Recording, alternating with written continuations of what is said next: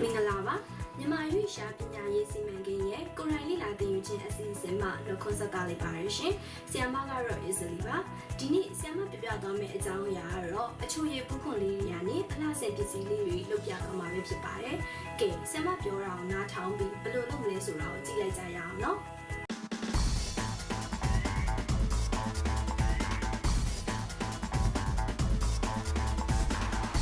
Okay, so we take အချို့ရတမှုကွန်တစ်ခုကိုယူပါမယ်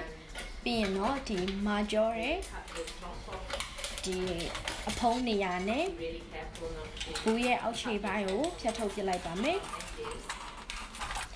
ပလတ်စတစ်အမာသားဖြစ်တဲ့အတွက်ဖြတ်ထုတ်တဲ့နေရာမှာဂီးစိုက်ပေးရပါမယ်ပြီးရင်တော့ဒီဘူးပြားလေးကိုအပြားပုံစံနဲ့လုံးဝဖြစ်သွားအောင်ဖိချပေးပါမယ်ပြီးရင်တော့မညီညာတဲ့အစွန်းပိုင်းကိုညှက်ထုတ်ပစ်လိုက်ပါမယ် and we want to figure out the size of ကျမတို့ပြုလုပ်မဲ့ပုံစံလေးရအောင်လို့အရွယ်အစားအဆုံးဖြတ်ရမှာဒီအလိတ်ကလေးတွေပုံစံအတိုင်းဖြစ်အောင်လို့လုပ်မှာပါ from this အဲ့ဒါကြောင့်မို့ဒီ plastic ပြားလေးကို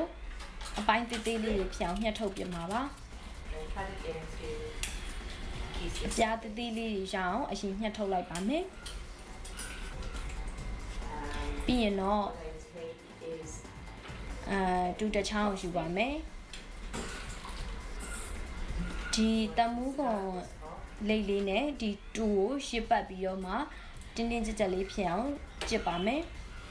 and roll it round the chopstick တူကိုပပတ်လေးလှည့်ပြီးတော့မှ and make it quite tight တင်းတင်းကြပ်ကြပ်လေးဖြစ်အောင်လိတ်သွင်းပါမယ် so take a piece of shiny ပြီး tape ရင်တော့ဒီတိတ်အပိုင်းစာလေးကိုယူပြီးတော့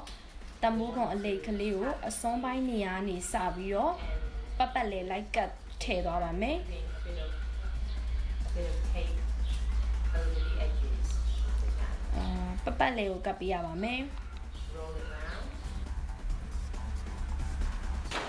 a bit here so there we have it ပြီးရင်တော့ပုံရဲ့အစွန်းပိုင်းတွေကိုညှက်ထုတ်ပြရပါမယ် we want to push the ends ဒီတိတ်အစွန်းပိုင်းတွေကိုညှက်ထုတ်ပြပြီးတော့မှအတွင်းကိုလည်းကတ်ထည့်ပေးရပါမယ် once you have a selection of these beads then you can thread them ပြီးရင်တော့ကိုကြိုက်တဲ့ပတိလုံးလေးတွေပတိလုံးလေးတွေနဲ့လည်းတွဲဖက်ပြီးတော့အချီကျိုးတွေကိုသုံးပြီးတော့တွဲဖက်ဝစ်ဆင်လို့ရပါတယ်ပြီးရင်ဝါယာကြိုးခွင်းတွေကိုသုံးပြီးတော့မှလည်းနှဆွဲဖြစ်နေဝစ်ဆင်လို့ရပါတယ်ဒီအချီကျိုးနဲ့ပတိသီးလေးတွေကျဲသီးလေးတွေကိုသုံးပြီးတော့မှလည်းအပြားပုံတရံဒါမှမဟုတ်လေးတောက်ပုံတရံ flat shape and then လေးတောက်ပုံတရံဘူးခွန်လေးကိုပြုလုပ်ပြီးလို့ရပါတယ် အများကျိုးတည်ဖို့နိုင်တဲ့ထွေးချွန်တက်မြတ်သူတွေဖြစ်ကြပါစေလို့ဆုတောင်းမြတ်တာပို့သလိုက်ပါရရှင်အားလုံးပဲဒီနေ့အကြောင်းအရာလေးကိုနားထောင်ပြီးပြန်လည်သုံးချနိုင်လိမ့်မယ်လို့မျှော်လင့်ပါတယ်နော်ကဲနောက်သင်ခန်းစာကြိုင်ပြန်ဆောင်ကြမယ်နော်ကျမတို့မိုင်းမီအကြောင်းနဲ့ကိုရိုင်းလေးလာသင်ယူခြင်းဗီဒီယိုများကစားနည်းများ